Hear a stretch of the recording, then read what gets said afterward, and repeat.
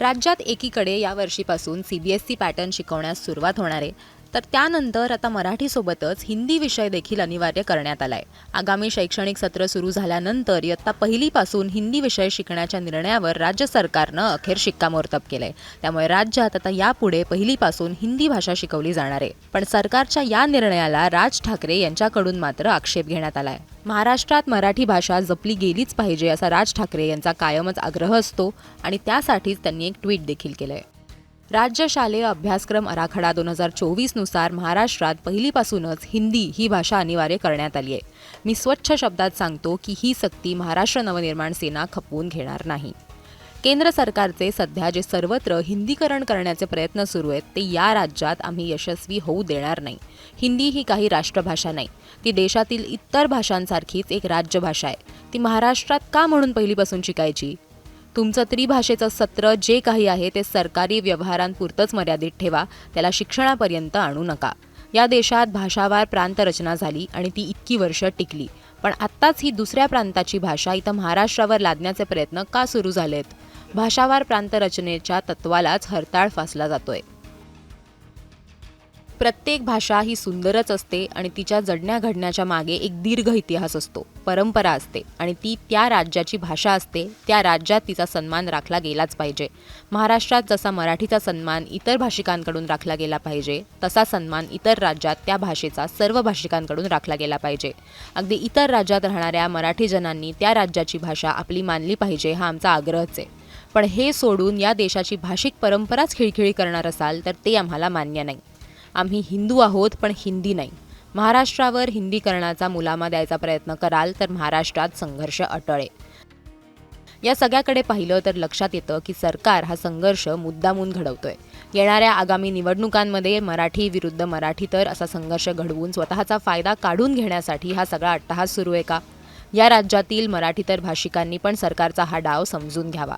त्यांना तुमच्या भाषेबद्दल विशेष प्रेम आहे असं काही नाही, त्यांना तुमची माथी भडकवून स्वतःची राजकीय पोळी भाजून घ्यायची आहे। आज राज्याची आर्थिक अवस्था बिकट आहे, सरकारकडे योजनांसाठी पैसाच शिल्लक नाहीये। मराठी तरुण तरुणी नोकरीच्या प्रतीक्षेत आहेत। कर्जमाफी करू असा निवडणुकीच्या आधी सांगितलं, पण पुढे ती केलीच नाही।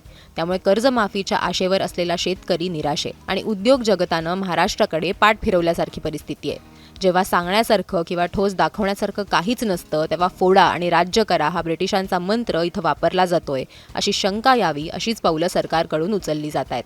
बरं, हिंदी भाषेची सक्ती महाराष्ट्रातच का? ही अशी हिंदीची सक्ती दक्षिणेच्या राज्यात कराल का? आणि करून तर बघा, तिथलं सरकारच पेटून उठ। बरं, हिंदी भाषेची सक्ती महाराष्ट्रातच का?